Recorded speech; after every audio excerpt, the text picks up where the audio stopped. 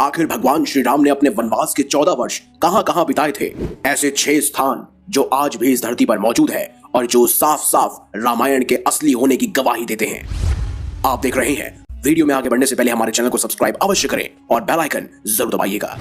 मर्यादा पुरुषोत्तम भगवान श्री राम को 14 वर्षों का कठोर वनवास मिला था, जिसके अनुसार उन्हें केवल वनों में रहने का अधिकार था। किसी भी नगर में जाना प्रतिबंधित था। श्री राम ने अपने वचन का भलीभांति पालन किया और 14 वर्षों तक अपनी पत्नी माता सीता और साथ ही भाई लक्ष्मण के साथ वनवासियों की भांति जीवन व्यतीत किया। इस दौरान उन्होंने भारत के उत्तरी तट से लेकर दक्षिणी तट तक पूरा सफर किया था और हम आज आपको बताएंगे भगवान श्री राम के वनवास का मार्ग और उन 6 खास स्थानों के बारे में भी बताएंगे जहां पर भगवान श्री राम रुके थे। सबसे पहले है तमसा नदी का तट।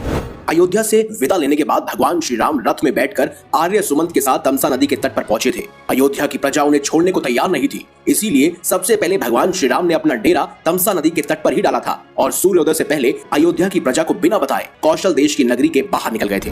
अगला है श्रृंगवेरपुर नगरी। कहते हैं अपने मित्र निषाद राज की नगरी श्रृंगवेर के पास के वनों में वो पहुंचे थे और वहां पर उन्होंने एक दिन का विश्राम किया था। उनके मित्र ने उनको बहुत आदर सत्कार से वहां रखा। अगले दिन उन्होंने सुमंत को रथ लेकर अयोध्या लौट जाने का आदेश दिया। उन्होंने केवट के सहारे गंगा नदी को पार किया और उस पार कुरई गांव उतरे। अगला है प्रयाग। गंगा पार कर भगवान श्री राम, माता सीता, लक्ष्मण तथा निषाद राज के साथ वो प्रयाग चले गए। उन्होंने त्रिवेणी की सुंदरता को देखा और फिर आगे मुनि भारद्वाज के आश्रम में पहुंचे। उन्होंने मुनि भारद्वाज से अपने रहने के लिए उत्तम स्थान पूछा, जिन्होंने यमुना पार चित्रकूट को एक उत्तम स्थान बताया और अगला था चित्रकूट। दोस्तों, कहा जाता है कि यही वो स्थान था जहां उनकी भरत से मुलाकात हुई थी जब भरत उन्हें वापस अयोध्या ले जाने आए थे। लेकिन यहाँ पर भी उन्होंने भरत को वापस जाने के लिए कहा और उन्हें अपनी खड़ाऊ थमा दिया। इसके बाद अगला स्थान था दंडकारण्य। कहा जाता है कि दंडकारण्य के वनों में पहुंचकर सर्वप्रथम उन्होंने ऋषि अत्रि तथा माता अनुसुईया से उनके आश्रम में जाकर भेंट की। वहीं ऋषि अत्रि से ज्ञान पाकर वो आगे बढ़ चले। कहा जाता है कि दंडकारण्य के वनों में भगवान श्री राम ने अपने वनवास काल के 10 से 12 साल बिताए थे और यहाँ पर उनकी भेंट ऋषि अगस्त्य मुनि से भी हुई थी। उनका आखिरी पड़ाव था पंचवटी।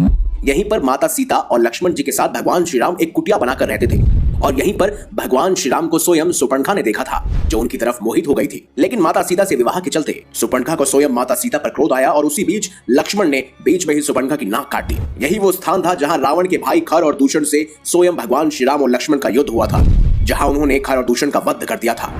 और यहीं पर रावण ने अपने मामा मारीच की सहायता से माता सीता का अपहरण कर लिया था और यहीं से फिर माता सीता का अपहरण होने की वजह से भगवान श्री राम और लक्ष्मण जी किष्किंधा की तरफ निकल गए, जहां पर उनकी मुलाकात हुई सुग्रीव और हनुमान जी से। और उसके आगे की रामायण तो आप सब जानते ही हैं। तो यही वो 6 मूल स्थान थे जहां स्वयं भगवान श्री राम ने बिल्कुल चैन और आराम से अपने वनवास के वर्षों को काटा था।